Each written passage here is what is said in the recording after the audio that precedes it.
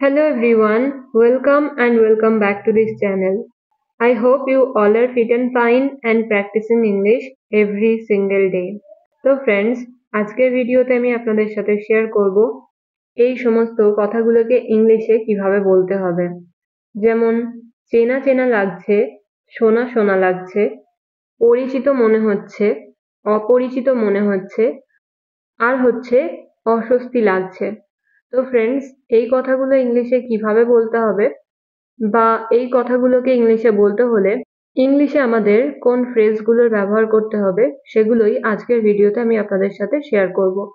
So without a further ado, let's get started. So প্রথম ফ্রেজটা হলো looks familiar. Looks familiar, এই ফ্রেজটার বাংলা অর্থ হলো চেনা চেনা লাগছে। আমরা যখন এই ধরনের বাক্যগুলো বলে থাকি, যেমন তাকে চেনা চেনা লাগছে, এই মেয়েটা চেনা চেনা লাগছে, ওর মুখটা চেনা চেনা লাগছে, এই ধরনের বাক্যগুলো বলতে হলে আমাদের ইংলিশে বলতে হবে লুকস ফ্যামিলিয়ার। ওকে, তো চলুন এবার এই বাক্যগুলোকে ইংলিশে কিভাবে বলতে হবে দেখা যাক। তো প্রথম বাক্যটা রয়েছে তাকে চেনা চেনা লাগছে। তাহলে এই বাক্যটা ইংলিশে হবে he looks familiar. He looks familiar.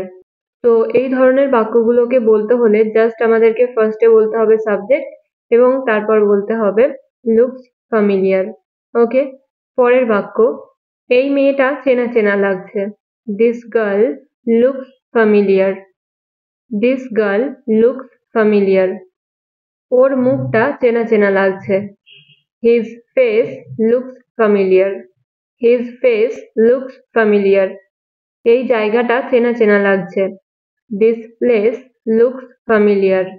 This place looks familiar. তো ফ্রেন্ডস, আমাদের মনে রাখতে হবে যে এই লুকস ফ্যামিলিয়ার এই ফ্রেজটা আমরা তখনই ব্যবহার করব যখন কোনো জিনিস চোখে দেখে মনে হয় আগে আমরা কখনো দেখেছি বা চেনা চেনা লাগছে। ওকে, চোখে দেখে যখন মনে হয় যে চেনা চেনা লাগছে তখন আমাদের বলতে হবে লুকস ফ্যামিলিয়ার। Looks familiar. তো চলুন এবার পরের ফ্রেজটা দেখা যাক। পরেরটা হলো sounds familiar. Sounds familiar, Bangla অর্থ হলো শোনা শোনা লাগছে। শোনা শোনা লাগছে অর্থাৎ যখন কোনো শব্দ, গান বা কোনো নাম বা কোনো কথা শুনে মনে হবে যে এটা আমরা আগেও শুনেছি, এরকম অর্থে আমাদের বলতে হবে সাউন্ডস ফ্যামিলিয়ার। এক্সাম্পল, নামটা শোনা শোনা লাগছে। That name sounds familiar. That name sounds familiar. ওর গলাটা শোনা শোনা লাগছে। Her voice sounds familiar. Her voice sounds familiar. তোমার গল্পটা শোনা শোনা লাগছে। Your story sounds familiar. Your story sounds familiar. রিংটোনটা শোনা শোনা লাগছে। The ringtone sounds familiar. The ringtone sounds familiar. Okay, তো যখন আমরা সেন্টেন্সে বলবো যে কোনো কিছু আমাদের শোনা শোনা লাগছে তখন আমরা বলবো সাউন্ডস ফ্যামিলিয়ার। এবার পরের ফ্রেজটা হলো সিমস ফ্যামিলিয়ার। সিমস ফ্যামিলিয়ার, এই ফ্রেজটার বাংলা অর্থ হলো পরিচিত মনে হচ্ছে। অর্থাৎ যখন আমাদের কাছে কোনো জিনিস আগে থেকেই পরিচিত মনে হবে তখন আমাদের ইংলিশে বলতে হবে seems familiar. Seems familiar. Example, সে পরিচিত মনে হচ্ছে। He seems familiar. He seems familiar. এই জায়গাটা পরিচিত মনে হচ্ছে। This place seems familiar. This place seems familiar. তোমার নামটা পরিচিত মনে হচ্ছে। Your name seems familiar. Your name seems familiar. মেয়েটি পরিচিত মনে হচ্ছে। The girl seems familiar. The girl seems familiar. So যখন আমরা সেন্টেন্সে বলবো যে কোনো কিছু আমাদের পরিচিত মনে হচ্ছে তখন আমাদের বলতে হবে সিমস ফ্যামিলিয়ার। কিন্তু যদি আমরা সেন্টেন্সে বলে থাকি যে কোনো কিছু আমাদের অপরিচিত মনে হচ্ছে তখন আবার আমাদের বলতে হবে সিমস আনফ্যামিলিয়ার। এক্সাম্পল, সে আমার কাছে অপরিচিত মনে হচ্ছে। He seems unfamiliar to me. বিষয়টা আমার কাছে অপরিচিত মনে হচ্ছে।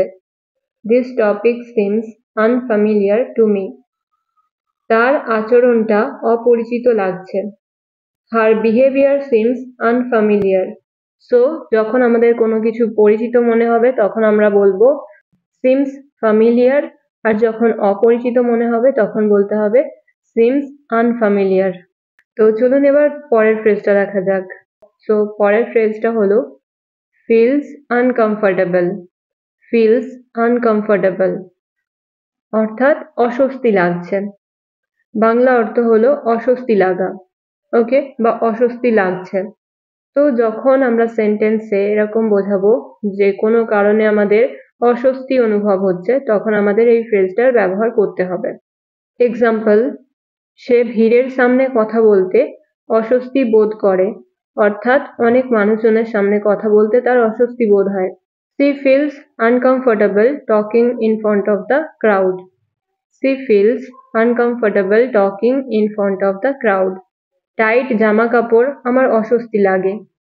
I feel uncomfortable in tight clothes. I feel uncomfortable in tight clothes. লোকজন ব্যক্তিগত প্রশ্ন করলে তার অস্বস্তি হয়। He feels uncomfortable when people ask personal questions. He feels uncomfortable when people ask personal questions. ওকে, তো ফ্রেন্ডস, এই ছিল আজকের ভিডিও। আশা করছি আজকের ভিডিওটা আপনাদের জন্য ইউজফুল হবে। So thank you so much for watching. Stay happy and keep learning.